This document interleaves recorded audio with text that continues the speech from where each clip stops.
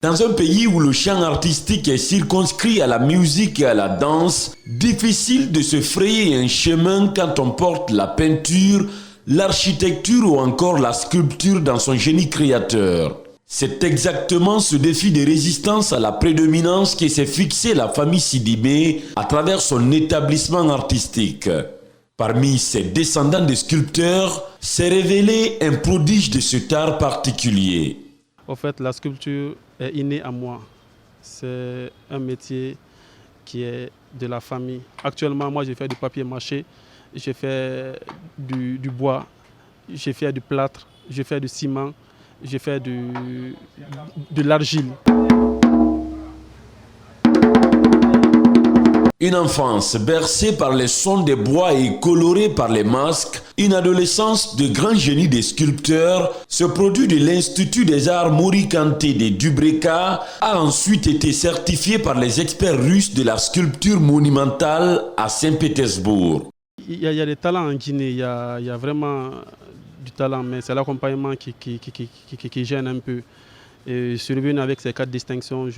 Là, c'est un appel au gouvernement pour nous donner quelques ronds-points de la ville de Conakry afin d'aménager avec les monuments historiques, sculpturels qui répondent vraiment aux normes internationales. La fierté de son père, son maître également. Aujourd'hui, il peut valablement moi me représenter. C'est ça la fierté de la famille.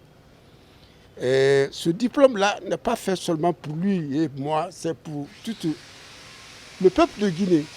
C'est l'œuvre du peuple de Guinée. Parce que moi, je vous dis quelque chose. Plus il y a des artistes, des sculpteurs, plus il y a des artisans doués, donc ça montre l'intelligence de ce pays. Du très populaire masque Nimba jusqu'au masque Condé, un des sujets de l'enfant noir de Kamara Laye, en passant par le légendaire Foula Kali, ce sofa de Samori Touré, l'inspiration des frères Sidimé est d'abord et avant tout guinéenne. On aime dire souvent que la Guinée est un scandale géologique, mais aussi un scandale culturel. C'est une manière d'habiller une mannequin guinéenne tenant haut la carte guinéenne. C'est attractif pour le tourisme. Au moment où des anciennes puissances coloniales, à l'image de la France, restituent des œuvres d'art spoliées au peuple colonisé, ce restaurateur de pièces antiques a déjà sa petite idée. Pour moi, comme ils n'arrivent pas à faire exactement comme nous, donc ils sont obligés de nous faire venir ici.